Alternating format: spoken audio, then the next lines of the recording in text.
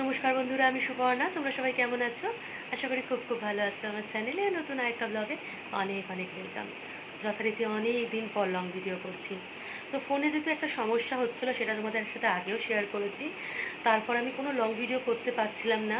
ফোনের storage full হয়ে যাচ্ছিলো, ফোন একা একাই সুইচ অফ হয়ে যাচ্ছিলো। তো দুদিন আগে ভাই আপাতত ফোনটাকে একটু হলেও ঠিক করে দিয়েছে।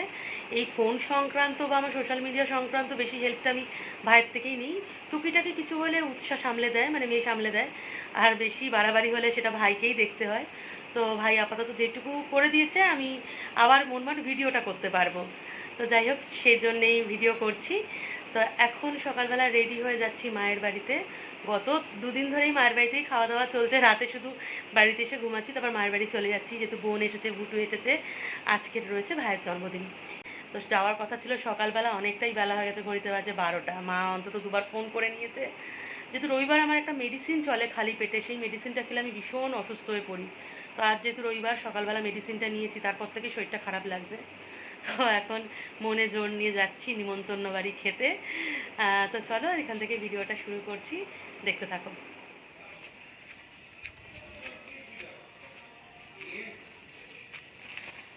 যেহেতু বর্ষা চলে এসেছে, প্রতিদিনই লিলি ফুলগুলো ফুটছে, এত সুন্দর লাগে দেখতে।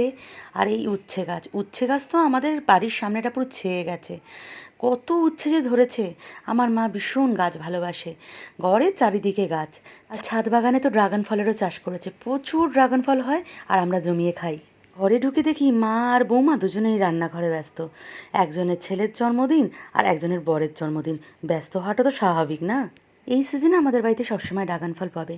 এটা অবশ্য সাইজে অনেকটাই ছোট, এর থেকে বড় হয়। হ্যালো গাইস, তোমরা কেমন আছো? আমি হলো ভুটু। আজকে আমার মামার জন্মদিন, ওইখানে আমার মামা রান্না করছে। চলো দেখে আসি। হ্যাঁ, চলো দেখে আসি। আমার মামা রান্না করছে, এখানে মিক্স করছে প্যারা রাইস। তাই তো। আর এখানে মাটন, না না টোটো খাবার হচ্ছে এখন। এখানে হলো আলু ভাজা, রাইস মিক্স করছে এখানে সব কিছু দিয়ে, তেল মেল দিয়ে, দেখুন সবজি কাজু কিশমিশ দিয়ে দেখাচ্ছি। দেখাও। ভালোভাবে মিক্স করছে। অতটা ভাত ছোট একটা হাতা দিয়ে অত ভালো মিক্সড হচ্ছিল না। শেষে তোমাদের গৌতমদার হেল্প নিলাম। আমি তো এইভাবে ধরে ঝাঁকাতেও পারবো না। যেহেতু অনেকটা দেরি করে এসেছিলাম, রান্নাবান্না প্রায় হয়েই গিয়েছিল। আর মা, মামুন আর বোন মিলেই সবটা সামলে নিয়েছিল। আর আমার ওপর দায়িত্ব পড়েছিল ভাইয়ের খাবার থালাটা গুছিয়ে দেওয়ার, তো সেটাই করছিলাম। আর এই কাজটা করতে বেশ আমার ভালোই লাগে, এই ডেকোরেশনের কাজ, ছোটোখাটো গোছানো টোছানো। বাটিটার তোল তো কেউ, আমার হাতে পুরো তেল আসতে করে। তোল তোল তোল, ব্যাস। ভাইয়ের পছন্দের খাবারগুলো দিয়েই ওর জন্মদিনের থালিটা রেডি। এখন আমরা মডার্ন হয়েছি, কেক ছাড়া জন্মদিন ভাবাই যায় না। কিন্তু এই মায়ের আশীর্বাদ, ধান দুব্য প্রদীপের তাপ আর মায়ের হাতের এই পরমান্ন ছাড়া জন্মদিন, এটা কিন্তু একদমই আমি ভাবতে পারি না। তো চলো লাঞ্চ মেনুতে কী কী আছে সেটা বলি। তো হওয়ার কথা ছিল বাসন্তী পোলাও, সেটা ভাই ক্যান্সেল করে দিতে হয়েছে। ফ্রাইড রাইস, 5 রকমের ভাজা, স্যালাড, মাটন, পনির। আর এই ধোকাটা বোন নিয়ে এসেছে। এই ধোকাটা যা টেস্টি হয় বলার মতো নয়। আর তার সাথে রয়েছে পায়েস। অবশ্যই এখানেই সব শেষ না, রাতেরও প্রিপারেশন রয়েছে, ওর বন্ধুরা আসবে। আর এইখানে ডোডোবাবু একটু রাগু রাগু করেছে, কারণ ওর বাবাকে নিয়ে সবাই এত এক্সাইটেড, কেউ ওকে পাত্তা দিচ্ছে না। তারপরে ভাই ওকে আদর করে ডাকতেই ও উঠে বসলো। স্বাভাবিক, ওরও অভিমান হচ্ছিল, ওকে কেউ ইম্পর্টেন্স দিচ্ছিল না। খেতে বসে আমি বোকা হয়ে গেলাম, দেখলাম আমার থালাটাও ওইভাবে বোন গুছিয়ে দিয়েছে। যেহেতু কিছুদিন আগে আমারও জন্মদিন গেছে, তো ছোটোবেলা থেকে তাই হতো, ভাইয়ের আর আমার জন্মদিন পরপর হতো বলে জন্মদিনের দিন মা পায়েস খাইয়ে দিত ঠিকই, কিন্তু সেলিব্রেশনটা আমাদের একদিনেই হতো। খাওয়ার লিস্ট থেকে ডাক্তার বলেছে যত সম্ভব মাটনটাকে একটু অ্যাভয়েড করতে, তো অ্যাভয়েডই করে দিয়েছি, প্রিয় জিনিসটাকে ছাড়তে হয়েছে। কিন্তু মাঝে মধ্যেই ধরো বছরে 1-2 বার খাওয়া যেতে পারে, তাই না? যে কি বললি এই একবার বলে যা, কি বললি যেন চাকর বানিয়ে রেখে দিয়েছি কি। আমার মেয়েটা একটু বড় হয়ে গেছে তো, চালাক হয়ে গেছে, কোনো কাজ করে দেয় না, তাই সব কাজ আমরা এই ছোটোটাকে দিয়েই করাই। আর ছোটোটাও প্রতিবাদী হয়ে উঠেছে, বসে আছে আর বাচ্চাটাকে একটার পর একটা অর্ডার করছি, রেগে গিয়ে বলছে আমাকে চাকর পেয়েছো তোমরা, সব কাজ করাচ্ছ।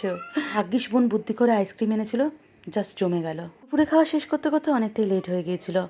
আর তারপর তো চলছে জমিয়ে আড্ডা গল্প, একসাথে থাকলে যা হয় হইচই। তার মধ্যে আমার মেয়ে আর ভুটু তো রয়েছে, দুই ভাই বোনের দৌরাত্ম্যপানা দুষ্টুমি। বিকাল না হতে হতেই মা দিয়ে দিয়েছে গরম গরম চা, আর চায়ের মধ্যে না একটু বিস্কুট ডুবিয়ে খাওয়ার আমার স্বভাব রয়েছে, কিন্তু এই বিস্কুটটা কিছুতেই চায়ের কাপে ঢুকছিল না। আজ সকাল থেকে এই বাড়িতে শুধু রান্না হচ্ছে। মা সকাল 8টায় রান্নাঘরে ঢুকেছিল, বেরোতে বেরোতে আর রান্নাঘর থেকে 2:30, আমাদের খেয়ে দিয়ে উঠতে উঠতে প্রায় 4টে হয়ে গেছিলো। আবার সন্ধ্যাবেলায় এক চাটা খেয়ে মা আবার রান্নাঘরে চলে এসেছে, কারণ বিকালে ভাইয়ের বন্ধুরা সব আসবে। বিকালের এখন রান্নার প্রিপারেশন চলছে। মা আবার রান্নাঘরে, বিকালে এখন এই চিকেন হচ্ছে, চিকেন হবে আমাদের জন্য, চিকেন উইংস হবে, লুচি হবে। এই কর্ম করে আমার বোন পায়েসের হাঁড়ি চাটছে। ও এত করে আলু পেঁয়াজ কেটে দিয়েছিল, ক্লান্ত এখন, পায়েসের হাঁড়ি নিয়ে বসেছে। এটা সবথেকে টেস্টি হ্যাঁ জিনিস, সত্যি সত্যি। তাই জন্য এটা খাবো না ক্যামেরার সামনে, ক্যামেরা সরালে খাবো। এদিকে মামুন বেড কাভার চেঞ্জ করছে, ঘরটাকে একটু গোছাচ্ছে, যেহেতু বললাম এই সন্ধ্যাবেলায় ভাইয়ের বন্ধুরা একটু আসবে। কে আমাদের গুডু? একটু গামছা গলায় দিয়ে এরকম কি করেছিস তুই? ভাই দুটো বন্ধুদের গ্রুপ রয়েছে, একটা হচ্ছে স্কুল লাইফের গ্রুপ যেটা যারা এসেছে, আর এক হচ্ছে পাড়ার গ্রুপ। পাড়ার গ্রুপ অলরেডি সকালবেলা এসে ওকে উইশ করে কেক টেক কেটে গেছে, আর এটা হচ্ছে স্কুল লাইফের গ্রুপ। ওরা প্রত্যেক বছর না, ওদের বলতে লাগে না, এই দিনটা ওরা ঠিক চলে আসে কেক নিয়ে, ওদের মতো করে গুছিয়ে সেলিব্রেট করে যায়। আর মাও ওদের জন্যে প্রত্যেকবার কিছু না কিছু রান্নাবান্না একটু করে রাখে, যাতে সবাই মিলে একটু আজকের দিনটা আনন্দ করতে পারে। তো কি ভালো লাগে না ছোটোবেলার বন্ধুদের সাথে এইভাবে সেলিব্রেট করতে। ভাই সবাইকে কেক খাইয়ে দিয়েছে, আমাদের টোটোবাবুকে কেক খাওয়ায়নি, তাতে দেখো বেচারা কি রাগ হয়েছে। কেক কোল্ড ড্রিঙ্কস চিপস দিয়ে ওর বন্ধুদের একটু গুছিয়ে দিয়েছি, ওরা সব ওই ঘরে রয়েছে, আর এই ঘরে আমরা একটু চিপস নিয়ে নিয়েছি। আর আজ তোমাদের গৌতমদা মুড়ি পায়নি বলে চিপস পুরো সাবার করে দিচ্ছে। ওদের মধ্যেই একজন ভাই আর মামনের সুন্দর একটা ফটো বাঁধিয়ে ওদের গিফট করেছে। বাড়িতে তো অনেক কিছুই খেতে পাই না, যেহেতু গৌতম অনেক কিছুই এখন খাবার দাবার আনে না, যেগুলো আমার বারণ। তো এখানে তো ননস্টপ আমি খেয়ে গেছি। গৌতম একটু খাবার নিয়ে বকাবকি করাতে বাবা উল্টে গৌতমকেই বকে দিয়েছে, বললো একটা দিন ওকে একটু খেতে দাও। যেহেতু আমি খেতে ভালোবাসি, কী আর করা যাবে। এইদিকে ওর বন্ধুরা ডিনার করবে, সেহেতু এখানে গৌতম সব গোছাচ্ছে, আর মা আর বোন দুজনে রান্নাঘরে লুচি ভাজছিল, গরম গরম লুচি। মাংসের কম্বিনেশনটা সত্যিই আলাদা, কিন্তু এখন আমরা আমাদের শরীরের ভয় খেতে পারি না, কারণ লুচিতে তেল, মাংসেতে তেল, তার জন্যে, কিন্তু খেতে দারুণ লাগে কিন্তু। এদিকে মা আর বোনের তো আজকে সারাদিনটা রান্নাঘরেই কেটে গেছে। বোন তো একটা জামাও চেঞ্জ করতে পারেনি, সেই নাইটি পরেই রয়েছে। আমি তো কিছুই করিনি, কিন্তু ওদের আজকের বিশাল প্রেশার ছিল। আয়েশ করে বসেছি, কাজ অবশ্য ওরা করেছে, আমি জ্ঞান দিয়েছি। তো কি ভাইয়ের কিছু বন্ধু চলে গেছে, আর কিছু বন্ধু সব ওর ওপরের রুমে আছে, খাওয়া দাওয়া করছে। এখন আমরা খাওয়া দাওয়া করবো, আর এই গরম গরম লুচি খাচ্ছি। আর এই বাবু বলো এবার বলো। হ্যাঁ, তোমাদের গৌতম দা আজকে সারাদিন আমার সাথে খুব খারাপ ব্যবহার করছে।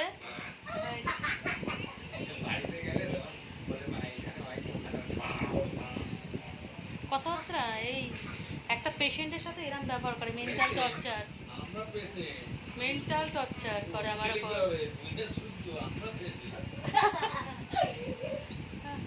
আরে আরেকজন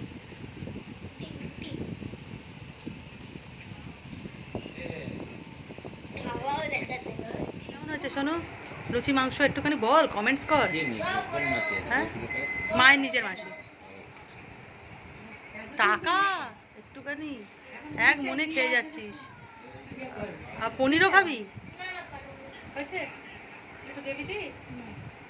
জীবনে অনেক ধোকা খেয়েছি, কিন্তু এই ধোকাটা এত টেস্টি বারবারই খেতে ইচ্ছা করে। লুচির সাথে তাই একটা ধোকা নিয়ে নিয়েছি, 4খানা লুচি নিয়েছিলাম, ধোকা দিয়ে 1খানা খেয়ে নিয়েছি। আর 1 পিস চিকেন নিয়েছি, চিকেনের সাথে 3টে লুচি খাবো। আর বেশি খেলে রাত্রিবেলা অসুস্থ হব একদম অবধারিত, তাই গৌতম একটু বকাবকি করলো, তাই একটু জিভটাকে আটকে নিলাম। রাত 12টা বাজে, 12টা বেজে গেছে, 12টা মনে হচ্ছে 15 বাজে।